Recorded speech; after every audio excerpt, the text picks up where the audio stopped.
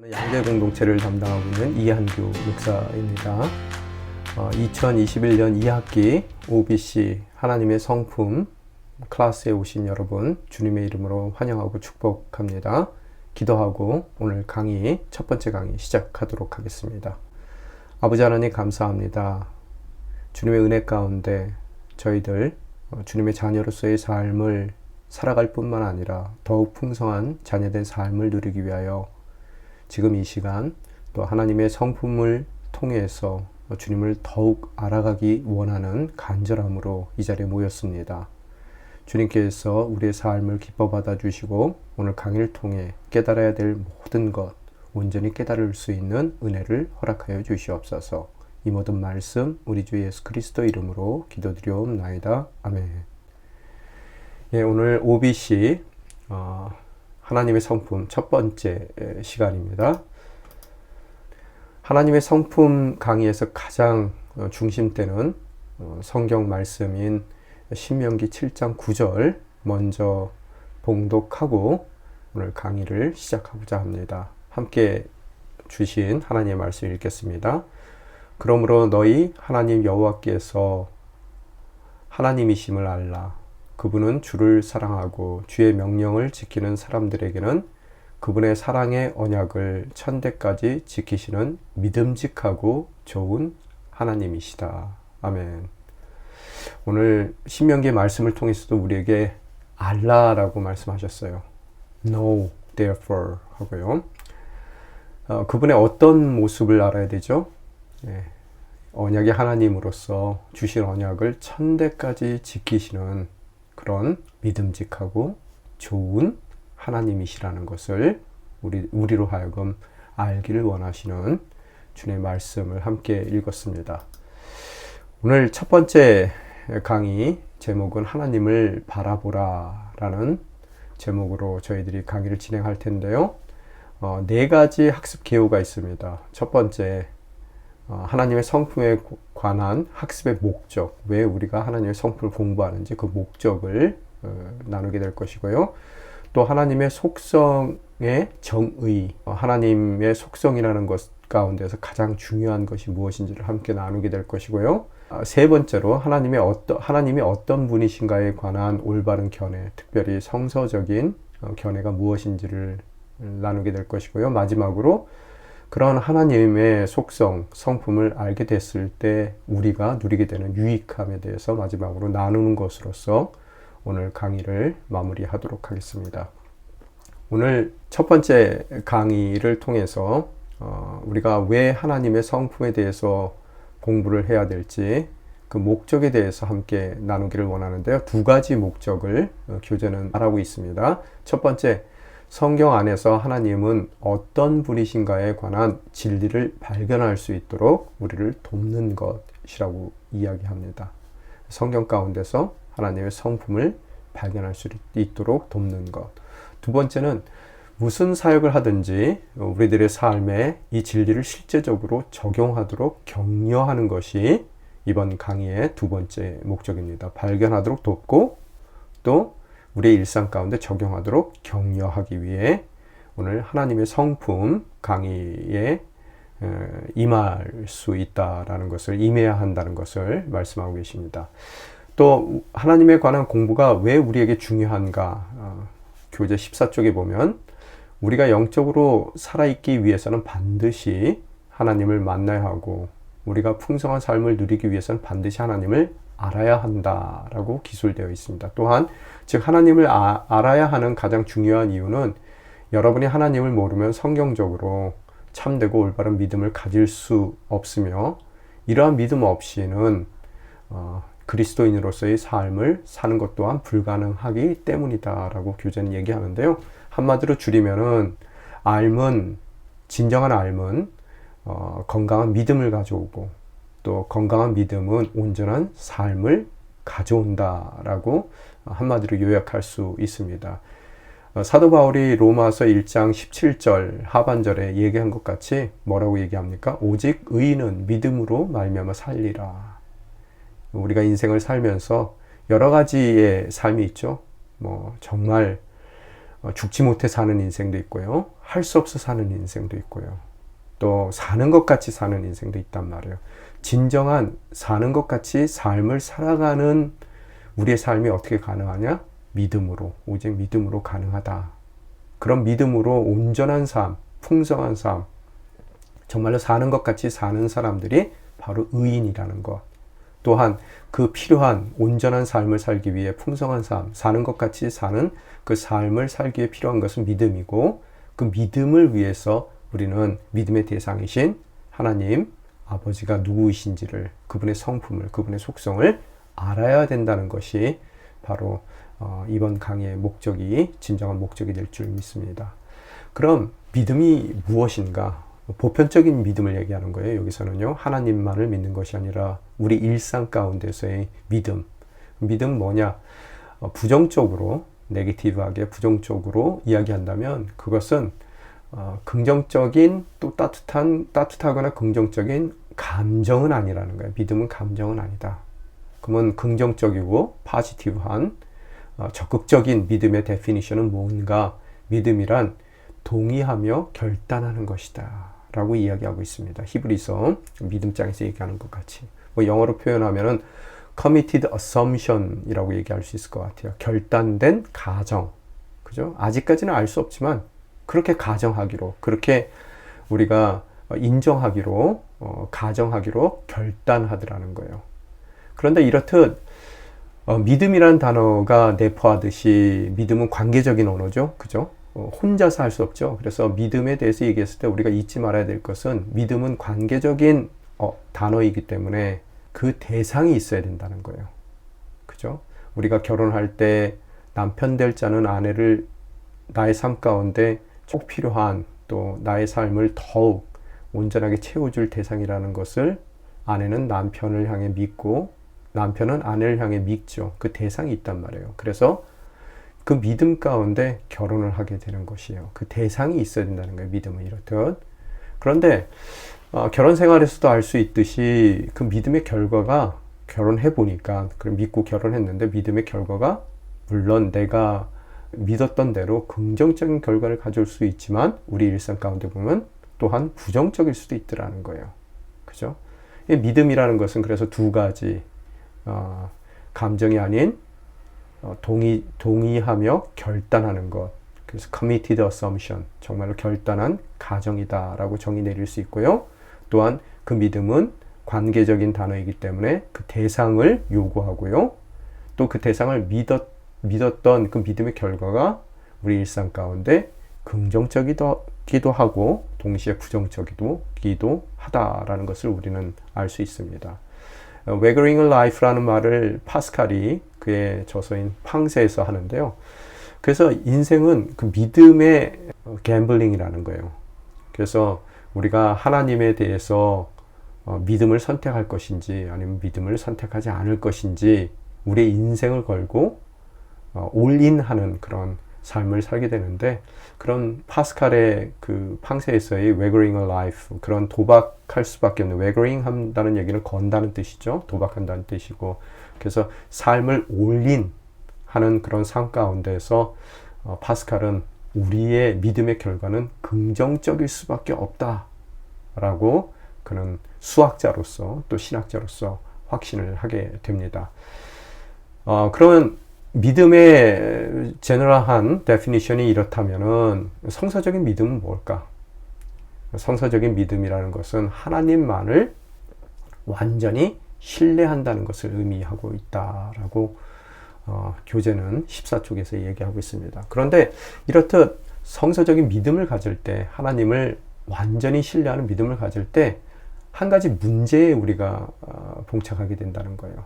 하나님을 전적으로 신뢰하는 그런 결단을 우리 삶 가운데 믿음의 결단을 했을 때, 만약에 우리가 그 하나님의, 우리가 믿기로 결단한 그 하나님에 대해서 잘 모를 수도 있더라는 거예요. 그 모르는 상태에서 우리가 결단하는 믿음을 가졌을 때 우리의 그 모름으로 인해서, 자기가 하나님에 대해서 잘 모름에도 불구하고 하나님을 믿기 때문에 그 하나님을 믿을 때 자기가 원하는 하나님의 모습으로 믿든지, 또 사사기, 요새 우리가 아침마다 묵상을 하는데요.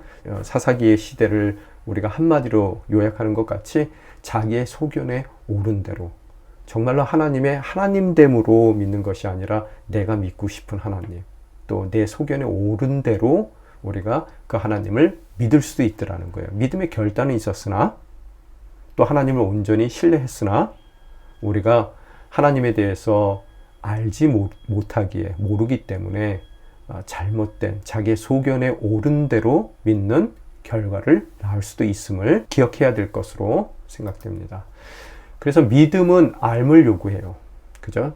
정확한 알을 기반으로 믿을 때 우리가 진정 주님께서 믿음을 통해 허락하신 사는 것 같은 삶을 우리가 살아갈 수 있을 터인데, 또한 믿음과 알의 관계는 이 상호 관계입니다. 그래서 믿음이 알을 요구도 하지만 알은 믿음을 요구하기도 하더라는 거예요. 온전한 믿음이 되기 위해서는 제대로 알아야 되고요. 또한 동시에 제대로 알기 위해서는 먼저 믿음이 선행돼야 된다는 것을 우리들이 또한 발견하게 됩니다. 우리 인생 가운데서 보면은 아는 만큼 우리가 믿을 수 있는데요. 그런데 문제는 믿고 결혼해서 결혼의 관계를 다시 한번 우리 은유적으로 봤을 때요. 믿고 결혼했어요. 저 사람이라면 내 인생의 나머지 반쪽으로서 우리의 삶이 더 풍성해질 것이다 라고 생각해서 결혼을 했단 말이에요. 믿고. 근데 결혼 생활을 하니까 점점 그 관계 가운데, 매일의 일상 가운데 그 사람을 더 알아갈 수 있죠. 그래서 우리 인간의 관계 가운데서는 아는 만큼 그 대상에 대해서 더 실망할 경우도 있더라는 게 문제가 돼요. 그죠? 알면 알수록 저 사람 더 실망스러워요. 사람도 사귈 때 보면은 어때요?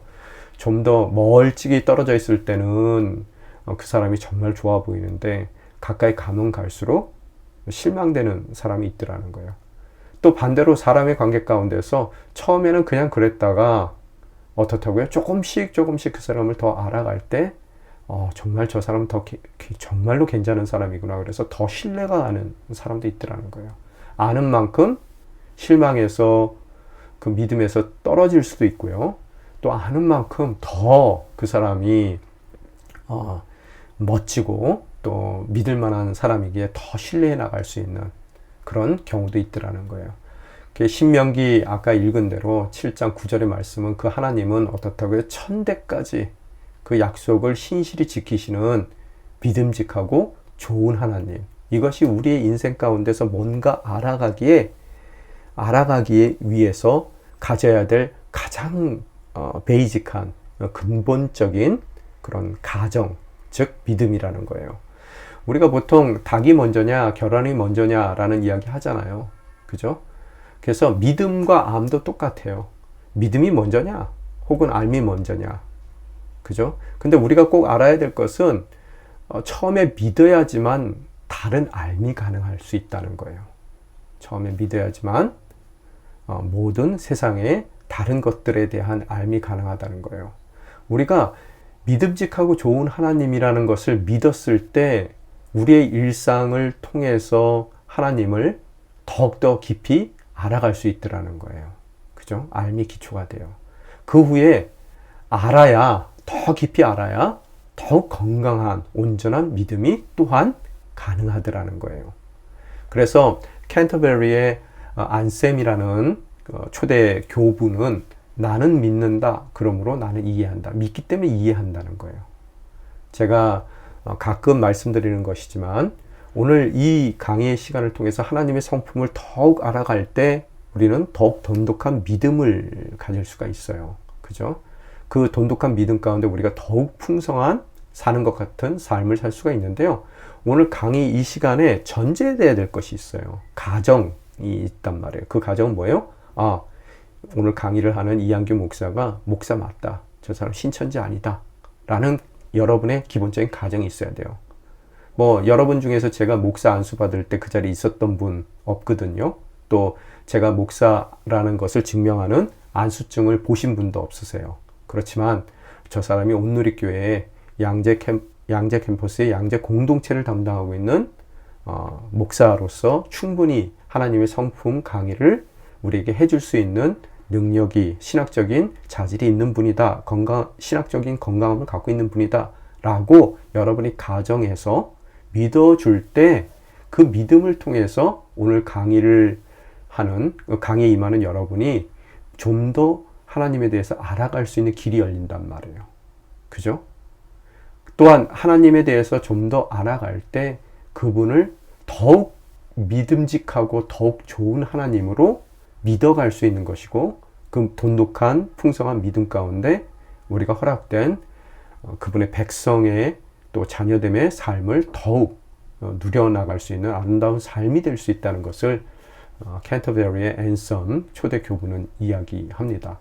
따라서 먼저 믿어야 해요. 그거는 뭐 우리 신앙면에서 뿐만 아니라 뭐 과학에서도 마찬가지예요.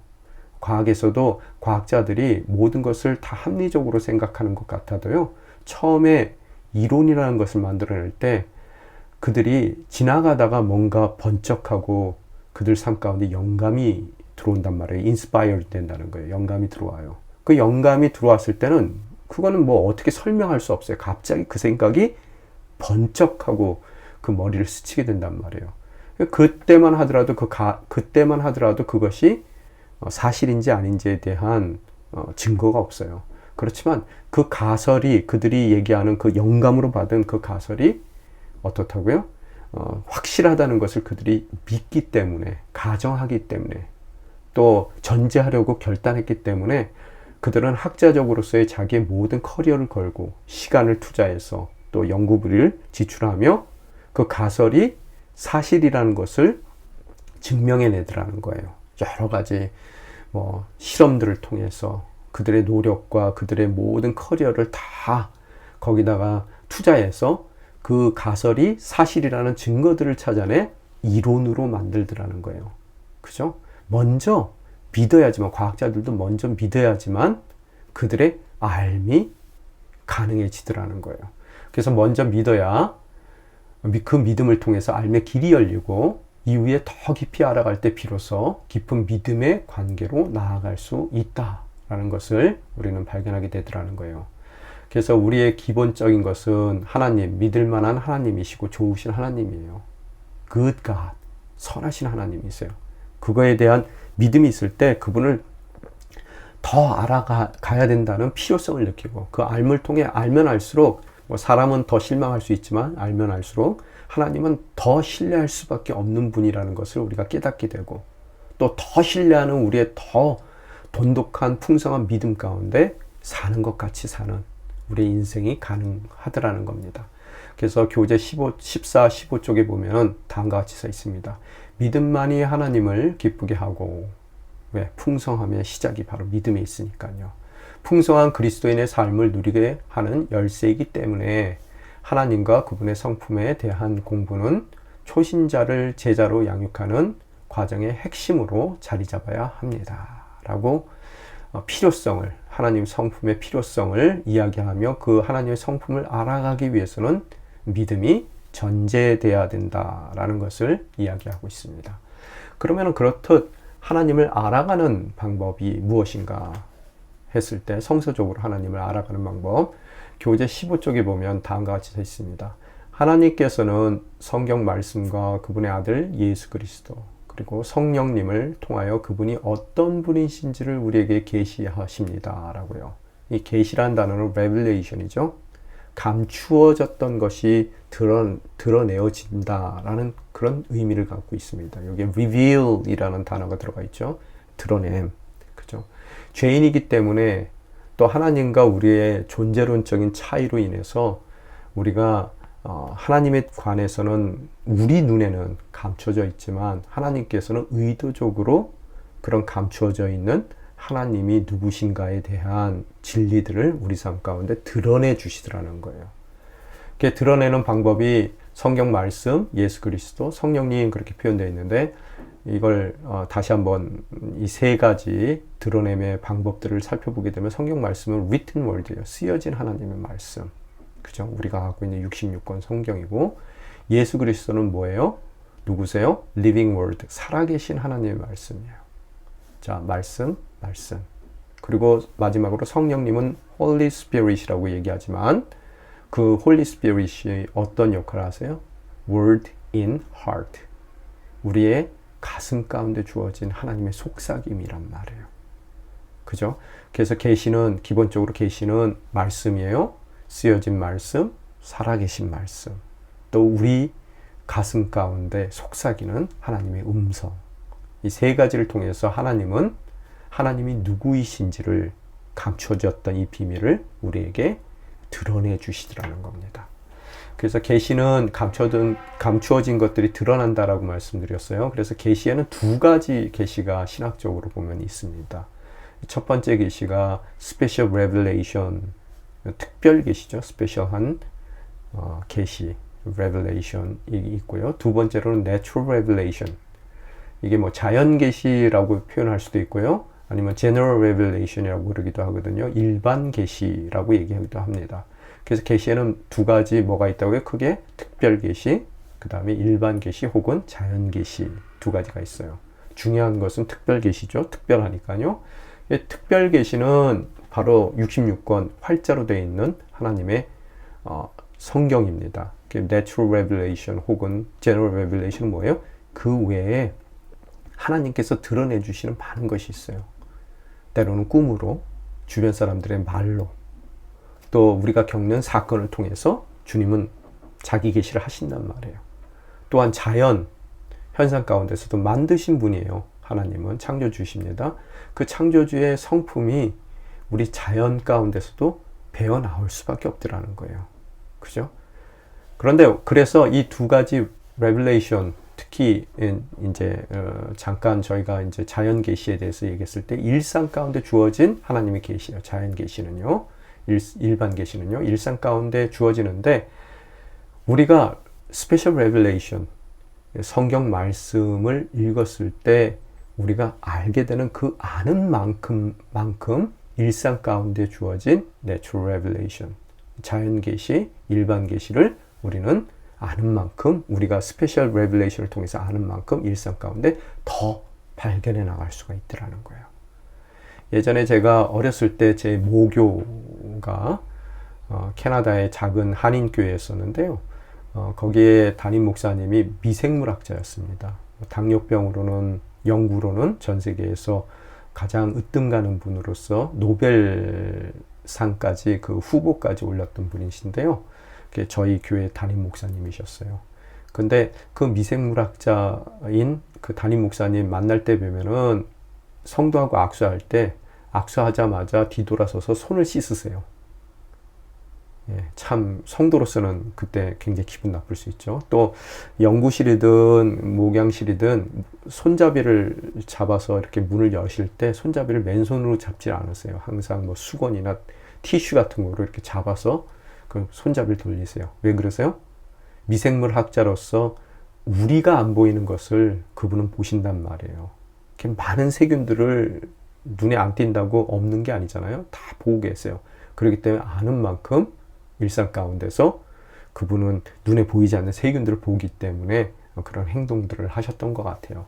그래서 특별 계시라는 것은 주어진 성경 66권의 말씀입니다. 그 말씀을 통해 우리가 하나님을 더욱 명백히 발견해 나아갈 때, 명백히 알아갈 때 아는 만큼 우리의 일상 가운데 역사하시는 하나님의 일반 계시, 자연 계시를 우리는 발견하고 그 계시의 내용을 이해해 나아가더라는 겁니다. 또한 이외에 감리교회 창시자인 요한 웨슬레죠. 요한 웨슬레의 사변형이라는 말이 있습니다. 웨슬리안 quadral lateral이라는 말을 쓰는데요. quad라는 뜻은 4개라는 뜻이고요. lateral 하면은 그것은 면이라는 뜻이죠. 그래서 사면, 사변형 그렇게 얘기하는데요. 우리가 하나님의 진리를 알아갈 수 있는 4가지 요소가 있단 말이에요. 그 요한 웨슬레에 의하면요.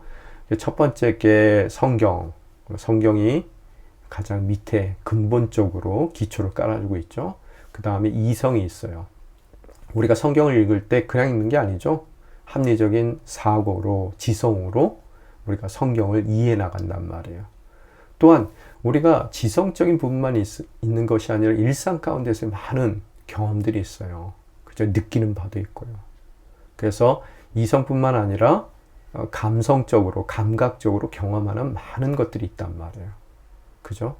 그러면은 2000년 동안의 이 역사 가운데서, 기독교의 역사 가운데서 많은 믿음의 선조들이 사고했던 것들, 성경을 읽으며 고민했던 것들, 또한 그들의 고민의 과정 가운데서 그들이 피부로, 또 감각으로, 삶으로, 또 여러 가지 일상 가운데서 경험되었던 이 이해와 경험에 축적된 것들이 있잖아요. 그게 교회의 전통이라는 거예요. 그 전통도 빠져서는 안 된다는 거예요.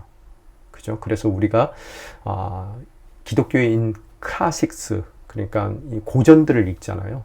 그래서 그동안 내려왔던 교리들의 내용들도 우리가 읽게 되는 거고요. 그게 다 전통에 속하거든요. 그래서 이 네 가지, 특별히 성경에 기초한 이 네 면을 통해서 하나님을 더욱 깊이 알아갈 수 있다라고 요한 웨슬레는 이야기하고 있습니다. 자, 질문이 있습니다. 왜 하나님께서는 자신을 우리에게 계시하기로 작정했다고 생각하십니까? 여러분 나누셔야 될 텐데요.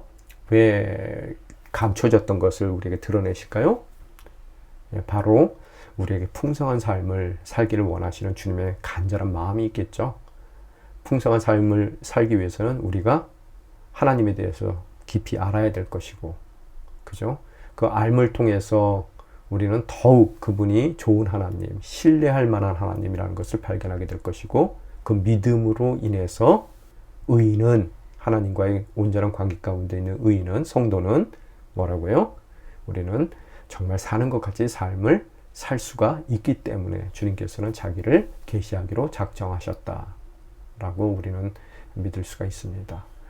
또한 두 번째 질문은 하나님에 대해서 아는 것과 우리의 믿음과는 어떠한 관계가 있습니까? 제가 아까 닭과 계란의 그 비유를 말씀드렸죠. 그래서 알아야 믿을 수 있는 거, 더 깊이 믿을 수 있는 거고요. 또 알기 위해서는 먼저 믿음이 선제돼야 된다는 거예요. 가정돼야 된다는 거예요. 그래서 더 알면 알수록 믿을 수 있고, 또 믿어야 알미 시작될 수 있는 것이고, 그래서 알면 더 많은, 더 돈독한 믿음을 가져오고, 더 돈독한 믿음은 더 깊은 알을 가져다주고 서로 세워주는 것이죠. 그래서 그 모든 암과 믿음이 우리 일상 가운데서의 행동으로, 삶의 방식으로 나타나는 것이고, 그 삶의 방식들을 통해서, 크리스찬의 제자된 삶을 통해서 우리는 더욱더 풍성한 하나님의 그런 백성으로서, 제자로서, 자녀로서의 삶을 누려 나갈 수 있다라는 것을 이번 과를 통해서 우리는 깨닫게 됩니다. 자, 그래서 우리는 계시 없이는 알 수 없어요. 그죠? 먼저 하나님께서 감추어졌던 거예요. 그래서 특별히 우리가 죄를 범하는 것으로서, 아담과 하와가 죄를 범하는 것으로서 하나님과의 관계의 단절이 있단 말이에요. 관계의 단절. 안다는 것은 여러분 항상 성경 가운데서 안다는 것은 지적인 암뿐만 아니라 라야 혹은 기누스쿠라는 히라버나 히브리어를 통해서도 안다는 것은 피부로 안다는 거예요. 삶으로 안다는 거예요. 한 여자가 한 남자를 안다는 의미거든요. 잠자를 통해서 안다는 그런 적나라한 표현일 수도 있어요. 그래서 관계적인 알을 뜻하는데, 우리가 이 관계 단절 이후에 인류가 살아왔기 때문에 하나님을 관계적으로 모른단 말이에요. 그죠? 또 죄로 인해서 눈이 어두워졌어요. 그렇기 때문에 하나님께서 먼저 감추어진 것을 드러내 주시지 않고서는 알 수가 없더라는 거예요. 따라서 하나님의 속성을 알아가는 방법은 아까 말씀드린 대로 말씀에 기초해야 돼요. Special Revelation. 그죠? 또한 그 말씀의 기초에서 우리가 Natural Revelation, 또 General Revelation, 우리 일상 가운데 주님께서 주시는 그런 하나님의 계시를 읽어나갈 수가 있단 말이에요. 말씀의 기초에서 Special Revelation. 그래서 그런 말씀에 기초하고, 또한 웨슬레의 표현에 의해서 우리가 이성뿐만 아니라 우리의 경험들을 통해서, 또 그 축적된 사고와 경험들이 쌓인 교회의 전통을 통해서 성경 말씀에 기초하여 우리는 하나님의 속성을 알아갈 수 있다라고 생각하시면 된다는 겁니다. 그래서 하나님의 속성이란 하나님의 참된 성품과 특성을 말하는 것이고요. 16쪽. 또 우리가 하나님의 성품을 공부할 때 꼭 기억해야 될 세 가지가 있어요. 전제돼야 될 세 가지죠. 첫 번째는 뭐예요? 너무 복잡하다는 거예요. 하나님은요. 그 목차를 나열하듯이 그렇게 간단하게 묘사될 수 있는 분이 아니라는 거예요. 여러분 어떻게 생각하십니까? 우리가 그 묘, 그죠? 고양이도 많이 키우는데 같이 산다고 해서 다 강아지가 저를 이해하는 건 아니죠. 충분히 이해할 뿐입니다. 주인으로서. 그죠? 저 사람이 나를 사랑하는가 안 하는가. 뭐 이렇게 이해할 뿐이라는 거예요. 이렇듯 우리가 같은 포유류입니다. 포유류인데도 불구하고 강아지가 나를 절대로 100% 이해 못하는 것 같이 하나님은 우리와 존재론적인 차이가 있는 분이에요. 다 할 수 없어요. 너무나 우리 입장 가운데서는 이해하기 어려운 많은 부분들이 있다는 거예요. 그런 하나님이시라는 거. 그래서 그 하나님은 우리가 간단히 묘사할 수 있는 분이 아니라는 것, 우리가 먼저 전제돼야 될 거고요.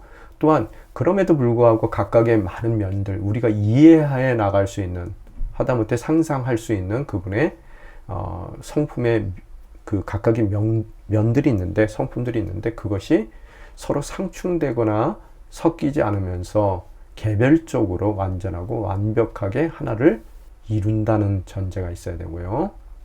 그죠? 사랑이면 사랑으로 완전한 거예요. 공이면 공의로 완전한 거예요. 이게 섞이지도 않고요. 또 우리가 상상하기는 힘들지만 섞이지 않음에도 불구하고 각자의 완전함을 갖고 있음에도 불구하고 하나됨을, 완벽하게 하나됨을 이루고 있더라는 거예요. 그게 신적인 개념이에요. 자, 또한 우리가 그런 복잡한 하나님, 우리보다 존재론적으로 다른 그 하나님, 창조주고 우리는 피조물이란 말이에요.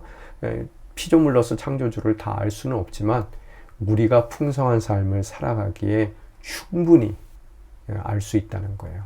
구원받기에, 우리가 늘 쓰는 표현을 하면은 구원받기에 충분한 만큼은 우리가 그 하나님에 대해서 알아갈 수 있음을, 풍성한 삶을 살기에 제자로서, 자녀로서 풍성한 삶을 살아가기에 충분히 그분을 알 수 있다는 것을 우리는 전제로 기억해야 될 줄 믿습니다. 찰스 라일리라는 학자에 의하면은 그런 하나님의 속성은 완전성으로 정의될 수 있다고 그랬어요. 그 얘기가 뭐냐면요. 불완전한 부분들이 합쳐져서 완전을 이루는 것이 아니라 아까 말씀드린 대로 각 부분 자체가, 모든 부분 자체가 그것으로 완전하다는 거예요. 우리가 10을 완전의 숫자로 생각했을 때요. 불완전한 일들이 10개가 모여서 완전을 이루는 게 아니에요. 하나님의 성품이라는 것은.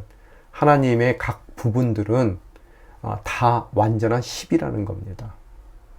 이 얘기가 무슨 소리냐면요. 어떤 한 사람 봤을 때, 저 사람은 능력이 없어. 뭐 일은 잘 못해. 그렇지만 너무 성품이 좋아. 믿을 만한 사람이야.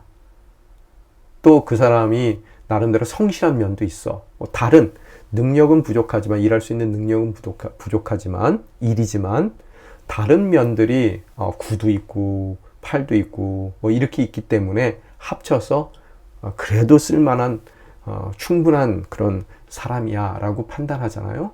그런 것이 아니라 하나님의 각 성품들은 그 성품 나름대로 이미 완전하다는 것을 라일리는 이야기하고 있습니다. 그래서 여기 17페이지에 나온 것 같이 예를 들면 하나님의 사랑은 여러 속성 중 하나에 불과한 것이 아니라 그분의 전 존재 자체가 곧 사랑을 의미한다 라고 얘기합니다. 동일하게 하나님의 공의, 신실하심, 선하심 등등이 그 나름대로 하나로서, 온전한 하나로서 곧 존재 자체가 되는 거예요. 그래서 하나님은 사랑이시다 라고 얘기할 수 있지만 하나님은 공의이시다 동시에. 또 하나님은 심판의 하나님이시다 라고 하지만 또한 동시에 그 하나님은 선하신 하나님이시다. 이렇게 하나님 존재 자체를 그 하나의 성품으로도 표현할 수도 또한 있더라는 거예요. 왜? 완전하니까. 잘 이해가 안 돼요. 그렇지만 그게 전제돼야 된다는 거예요. 이와 같이 하나님의 성품에는 우열이 없고 서로 독립적으로 존재하지도 않습니다. 그래서 사랑의 하나님이, 사랑이라는 속성이 완전하지만 독립적으로 사랑만 하시는 분이 아니라는 거예요. 또한 그분은 공의의 하나님이시라는 거예요. 그래서 제가 잘 얘기하는 것 중에 하나가 이 시대에는 하나님의 사랑만이 굉장히 강조되는 시대거든요. 그래서 참 성도들이 버릇없는 성도들이 많아져요.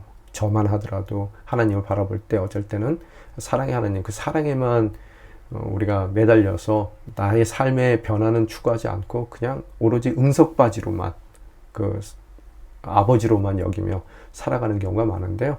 우리가 잊지 말아야 될 것은, 오늘 이 말씀을 통해서 잊지 말아야 될 것은, 하나님은 사랑의 하나님과 동시에 공의의 하나님이세요. 그죠? 그래서 독립적으로 존재하지 않습니다. 우열이 없어요, 이거에는. 그런데 사랑만을 너무 강조하게 되면은 그 하나님은 맹목적인 하나님이 돼요.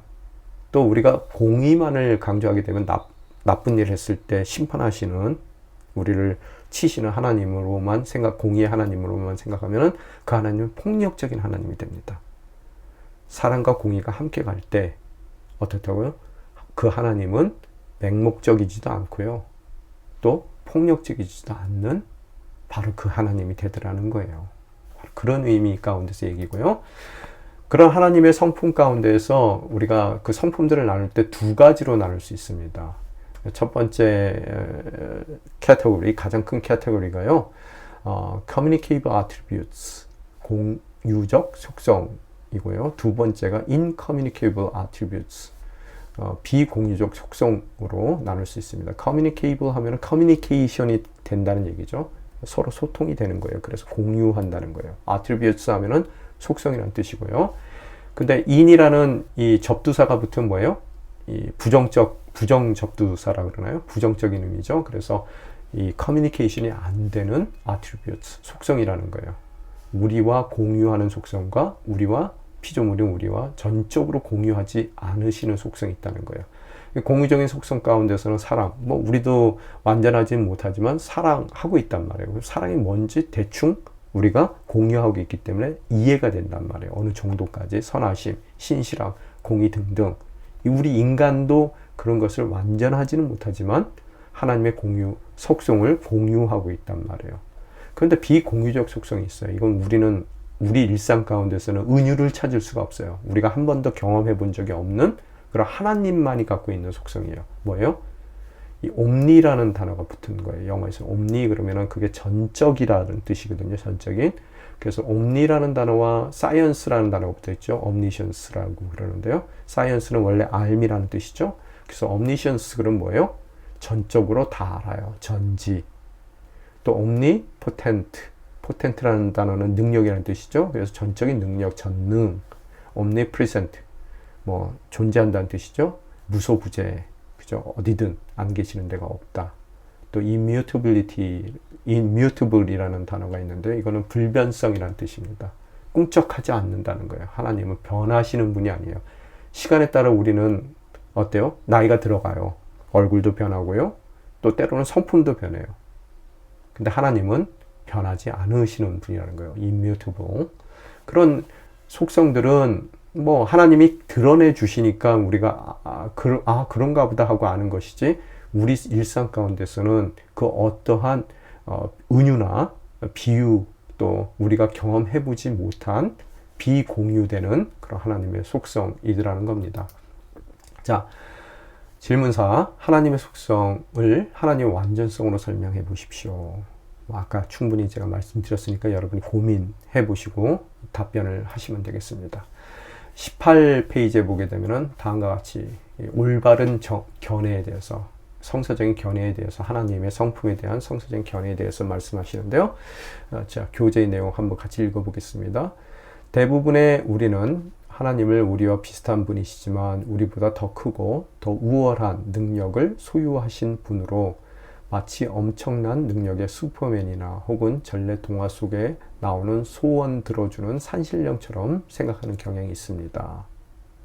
이것은 우리라는 존재가 경험한 것 이상으로는 생각할 수 없을 뿐 아니라 하나님 또한 우리가 아는 어떤 사람이나 혹은 어떤 존재와도 결코 같지 않은 독특하신 분이기 때문에 조금 더 놀라운 일이 아닙니다.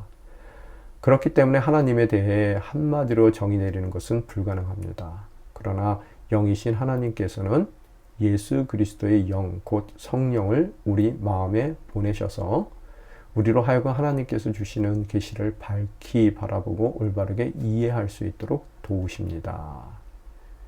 무슨 소리예요? 비공유적 속성, 특별히 우리가 감히 상상할 수 없는, 한 번도 경험해보지 못했던 우리의 존재론의 다름으로 인해서 결코 100% 이해할 수 없는 그런 하나님의 속성도 우리에게 드러내 주시는데, 그럼 그걸 어떻게 알 수 있느냐? 우리가 그건 절대로 우리가 알 수가 없다라고 생각하고 그 마음 가운데 갈등이, 알 수 없음에 대한 불안한 감이 있을 수 있단 말이에요. 그러면 하나님을 내가 결코 이해할 수 없는가? 알아갈 수 없는가? 그렇지만 하나님께서 그 우리의 존재론적인 한계를 뛰어넘어 하나님을 깊이 알아갈 수 있도록 뭘 보내주신다고요? 우리 마음에 성령을 보내주셔서 그 성령을 통해서 하나님이 알아야 될 만큼 충분히 알 수 있도록 우리를 도와주시더라는 거예요. 그래서 걱정 안 하셔도 됩니다. 자, 그 다음에요. 질문 6번, 7번 저희들이 볼 텐데요. 6번, 불신자는 하나님에 대해 어떤 견해를 가지고 있는지 생각해 봅시다. 자기가 경험한 것 외에 자기가 갖고 있는 가정과 전제를 뛰어넘어 알아갈 수는 없겠죠. 그죠? 불신자라면 그들의 가정은 뭐예요? 하나님은 안 계시다. 신자로서의 가정은 하나님은 계시다. 아까 Weathering a Life 얘기했죠?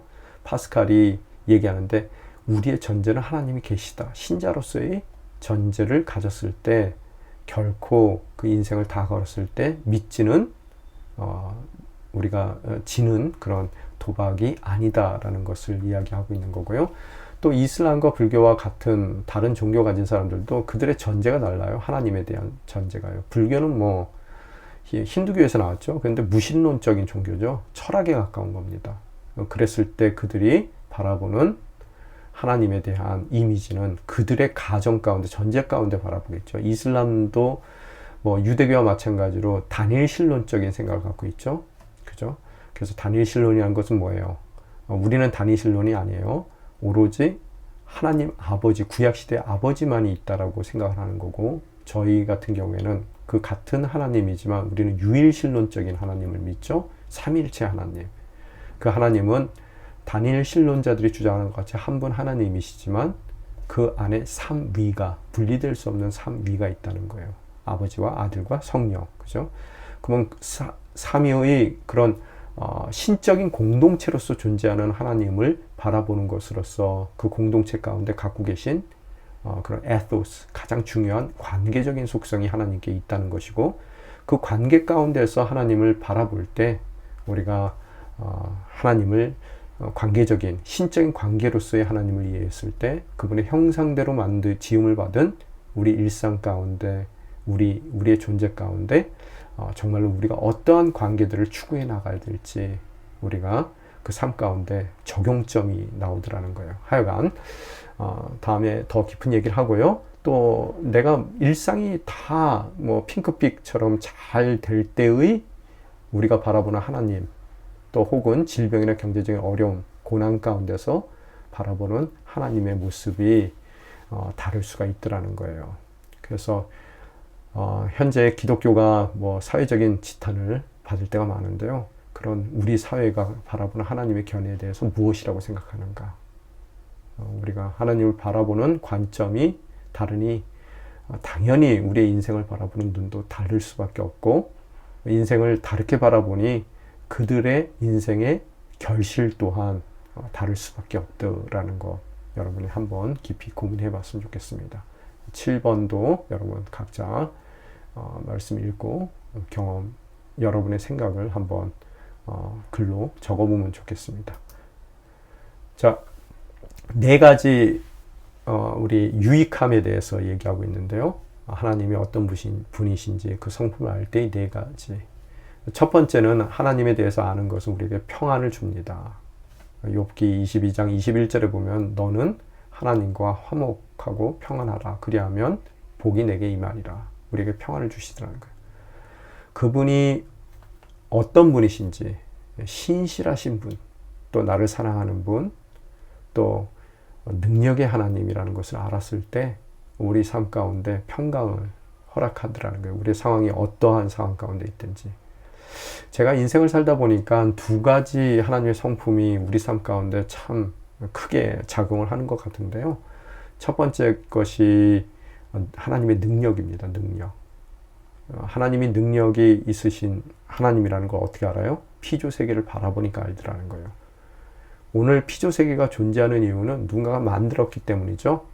우리는 성경을 통해서 우리의 가정은 바로 그 만든 분이, 전제는 그 만든 분이 바로 우리 여호와 하나님, 아버지라는 것을 알 수 있고요. 그분은 말씀으로 창조하실 만큼 이 피조세계를 말씀으로 창조하실 만큼 큰 능력을 갖고 계세요. 오늘 밤에도 여러분이 밤하늘을 바라봤을 때 어떤 별빛, 오늘 바라보는 별빛은 아마 500년 전에 그 별에서 빛으로 발하여 빛의 속도로 여행해서 오늘 밤 우리 눈에 보이는 빛도 있을 것입니다. 세종대왕 한글 만들 때 그 별에서 출발한 빛이죠. 그 정도로 광활한 우주를 말씀으로 창조할 만한 능력이 있는 하나님. 근데 능력만 있으면 안 되죠. 보통 능력 있는 하나님께서 능력이 있으면 있을수록 우리를 미워하신다면 큰 문제죠. 우리가 직장 가운데서도 직장 동료와의 관계 가운데 미움, 그 동료가 나를 미워했을 때 그 자리를 피하기만 하면 되지만 만약에 더 능력 있는 직장 상관이 나를 미워했을 때는 큰 어려움을 겪을 수밖에 없고, 또 그 직장의 사장님이 나를 미워한다면 그 직장을 관둘 수밖에 없어지더라는 거예요. 능력이 있으면 있을수록 만약에 관계적인 어려움을 갖게 된다면 더 큰 어려움을 우리에게 능력에 따라서 능력이 많으면 많을수록 더 큰 어려움을 겪을 수 있는데요. 그런 능력의 하나님, 세상에서 가장 능력 있는 전능하신 하나님께서 또한 다른 한 축은 뭐냐 하면 그분께서 나를 사랑하신단 말이에요. 능력은 피조세계를 보니까 알겠는데 그러면 사랑은 어떻게 알아요? 로마서에 나온 것 같이 예수 그리스도의 십자가의 사건은 하나님의 사랑의 확증이라는 거예요. 그죠? 우리 일상 가운데서도 가장 중요한 것이 뭡니까? 돈입니까? 아니죠. 생명이죠. 그런데 내 생명보다 귀한 단 하나가 있어요. 우리 일상 가운데. 누구의 생명입니까? 자녀의 생명이에요.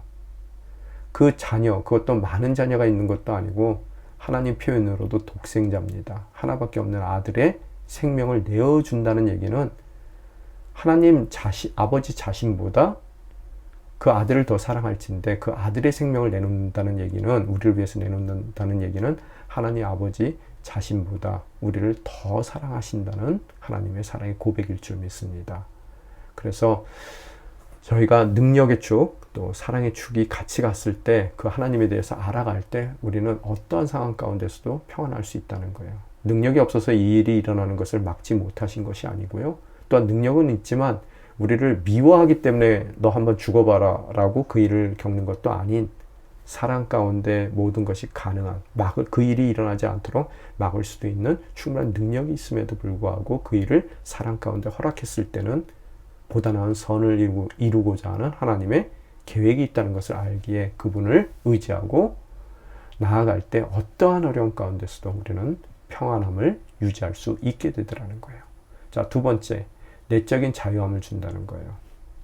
진리를 알지니 진리가 너희를 자유롭게 하리라. 성경에서 지적인 진리를 얘기하는 것만은 아니죠. 진리가 누구예요? 예수 그리스도죠. 인격적 진리입니다. 그 인격적인 진리인 예수 그리스도와의 온전한 관계 가운데 놓였다는 것을 알았을 때, 또 그 예수 그리스도는 우리를 위해서 하늘에 있는 모든 영광을 접어두시고, 빌립보서 2장에 나온 것 같이는요, 하나님의 영광을 비워내시고 우리 삶 가운데 정말 낮은 자의 모습으로 오셨을 뿐만 아니라 그 낮은 자의 삶으로 오신 그 목숨마저도 비참하게 그 십자가에 내어줄 만큼 우리를 사랑하시는 하나님, 그 하나님이신 예수 그리스도와 동행하고 또 그분과 관계적인 암, 그죠? 그 암 가운데 놓여 있다는 것을 알았을 때 우리는 진정 자유로운 삶을 살게 되더라는 겁니다. 그래서 진리가 너희를 자유롭게 하리라. 그죠? 예수 그리스도를 통해서 우리가 성령 받는다 그러죠. 성령이라는 것은 삼위일체 관점 가운데서 봤을 때 아버지 사랑하는 자와 아들, 사랑받는 자, 성자, 사랑받는 자, 이들의 사랑이 바로 성령이죠. 사랑 그 자체가. 그래서 예수 그리스도를 통해서 성령을 허락하신다는 얘기는 우리 인생 가운데서 이제는 아버지 하나님께서 우리를 하나의 피조물로 보는 것이 아니라 성령 가운데 있는 사랑의 관계, 즉 아버지가 아들을 보는 것 같은 관계 가운데서 우리를 사랑해 주신단 말이에요. 아들로, 딸로. 그래서 우리는 그분을 아바, 아버지라고 부르는 거예요. 여러분, 인생 가운데서 아무리 우리가 어렵다 하더라도 만약의 경우 여러분이 큰 재벌가의 상속자, 그죠? 아들이라고 또 딸이라고 생각하면 어떻겠어요? 만약에 바이든 대통령의 아들이시고 딸이시면 어떠세요? 인생 가운데 많은 자유함을 누리시겠죠? 하물며 우리는 만왕의 왕이시고 온 우주의 주인 되신 하나님 아버지의 자녀들입니다. 그럼으로써 우리 삶 가운데서는 풍성한 자유를 누려나갈 수가 있어요. 그죠? 뭐 그런 이야기일 거고요. 그래서 영원한 삶 또한 우리가 소유하게 될 것이고요. 또 세 번째로는 우리를 명철하게 만든대요. 하나님 여호와를 경외하는 것이 지혜의 근본이요 거룩한 자를 아는 것이 명철이다 그랬죠. 만든 하나님께서 우리에게 삶의 매뉴얼 또한 주시겠죠. 우리가 핸드폰을 사더라도 핸드폰에 매뉴얼이 딸라 들어오잖아요. 그냥 안 읽고 사용할 수도 있어요. 그러면 뭐 간단한 건 사용하지만 더 깊은 것을 사용할 수가 없잖아요. 그래서 하나님, 우리를 만든 메이커, 그죠? 그분께서 우리 삶 가운데 매뉴얼로 주신 삶의 원칙들을 잘 이해하며 나아갈 때 우리의 삶을 더욱 풍성하게 사용할 수 있으리라 믿습니다. 명철한 판단을 해나가더라는 거예요. 인생 가운데 정말로 이것을 선택할 것인가 저걸 선택할 것인가 하는 선택의 기로 가운데 놓였을 때 그 모든 것을 창조하신 메이커이신 하나님께 물어볼 때 또 그분의 뜻을 알아갈 때 또 그분께서 인도하시는 길이 무엇인지를 우리가 예비된 길이 무엇인지를 알아갈 때 우리는 명철한 똑똑한 판단을 해나갈 수 있다라는 것이고요. 마지막으로 강해지기 위해서 하나님의 관한 공부가 필요하다 그러는데요. 제가 그래서 다니엘서 11장 32절에 오직 자기 하나님을 아는 백성은 강하여 용명을 떨치리라 라는 말씀을 주셨는데 제가 보기에는 조금 저는 좀 다르게 생각합니다. 내가 강해진다는 것이 아니라요. 하나님을 공부하면 공부할수록 어떻다고요? 강한 하나님 안에 내가 거하게 되더라는 거예요. 내 인생 가운데 나를 의지하는 것이 아니라 믿을 만한, 신뢰할 만한 바로 그 능력의 사랑의 하나님을 안에 거하더라는 거예요. 만약에 내가 강해지는 것이 우리 공부의 목적이라면 언젠가는 나보다 더 강한 사람 만나요. 그럴 때는 어떻게 해요? 그죠? 그렇지만 그 세상에 어떤 누구보다도 강한 하나님 안에 거하기만 한다면, 그분 안에 늘 거하기만 한다면 우리는 아무 걱정 없이 정말로 용명을 떨칠 수 있는 주님의 보호받는 백성이 될 줄 믿습니다. 이 네 가지 우리들이 유익함을 얻을 수 있습니다. 자, 질문 10과 또 11에서 15번까지 질문들이 있습니다. 여러분 읽고 한번 고민해 보시면 되겠습니다. 요까지가 오늘 강의 준비된 내용인데요. 기도하고 마치도록 하겠습니다. 아버지 하나님 감사합니다. 오늘 허락하신 말씀을 통해서 저희들 주님만을 바라보며 나아가길 원합니다. 오늘 하나님의 성품 첫 시간이었습니다. 왜 공부해야 되는지 또 하나님의 성품이 우리 삶 가운데 어떠한 유익을 주는지 저희들 함께 공부했습니다. 더욱 풍성한 삶을 살기 위하여 하나님께서 스스로 자신을 계시해 주시고 드러내 주셨습니다. 계시된 모든 것을 저희들 충분히 알아갈 때 우리의 삶을 풍성히 살아갈 수 있는 지혜의 백성들 또 자녀들이 될 줄 믿습니다. 주님께서 기름 부어주시고 그런 풍성한 예비된 삶을 향해 나아갈 수 있는 아름다운 주님의 백성으로 주님을 더 깊이 알아갈 수 있게 도와주시옵소서. 이 모든 말씀 우리 주 예수 그리스도의 이름으로 기도드리옵나이다. 아멘.